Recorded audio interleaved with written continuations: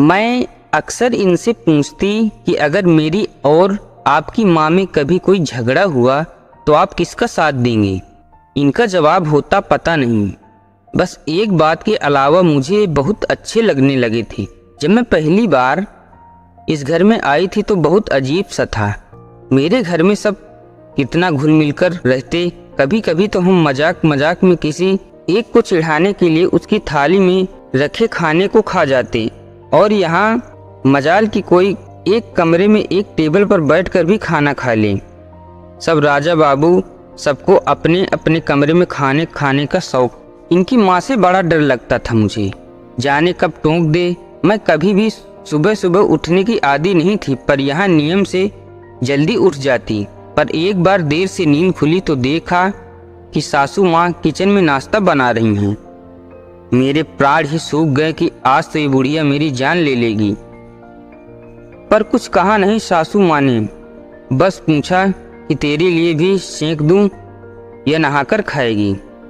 मुझे लगा लेट उठने पर व्यंग कर रही हैं मुझ पर। सासू माँ का साड़ी पहनने का तरीका बड़ा सलीकेदार था और मुझे साड़ी से चिढ़ पहनने में ही घंटों लग जाते थे।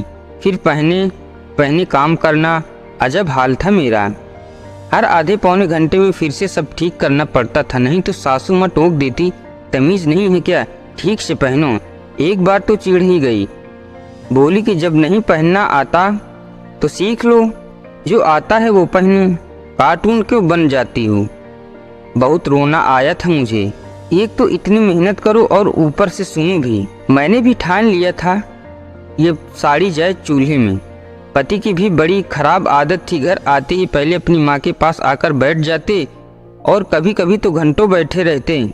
इसे अच्छा लगेगा कि उसका पति उसके पास नहीं अपनी माँ के पास बैठ जाए। ना जाने क्या खुसुर करते दोनों। कई बार जब बहाने से उनके सामने आती जाती तो ऐसा लगता जैसे बात बदल दी उन्होंने।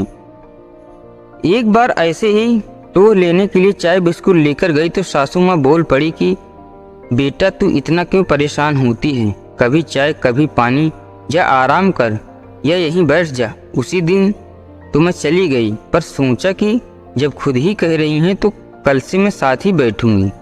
साथ बैठी तो लगा कि ये लोग तो फालतू बातें करते रहते हैं या मेरे ही सामने ऐसा बन रहे हैं। जब मेरे बेबी होने वाला था तो डरते डरते पूछा था कि बच्चे का क्या नाम रखोगी माँ। इतना खुश होकर सासू माँ ने जवाब दिया कान्हा, और मैं डर गई। पूछ ही नहीं पाई कि अगर बेटी हुई तो। ना जाने क्या सोच सोच कर मैंने हुए दिन काटे, और जब मेरी बिटिया हुई तो पिछले 10 दिन से रामायण पढ़ती माँ की आंख में आंसू देखे थे मैंने। खुशी के थे या दुख के पता नहीं, पर महीनों तक उसकी मालिश से लेकर कच्ची पोटी तक सब काम इतने जतन से करते देखा। तो आज इतने सालों बाद मैं सोचती हूँ कि मैं खुद अपनी सास में माँ को खोजती थी, तो क्या मैं खुद बहू की जगह बेटी बन पाई थी। पता नहीं क्यों हम बहुएं अपनी सास में माँ को खोजती हैं।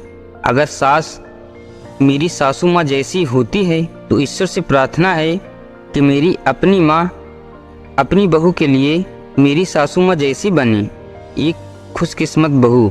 दोस्तों, वीडियो पसंद आए तो लाइक एंड सब्सक्राइब ज़रूर करिएगा।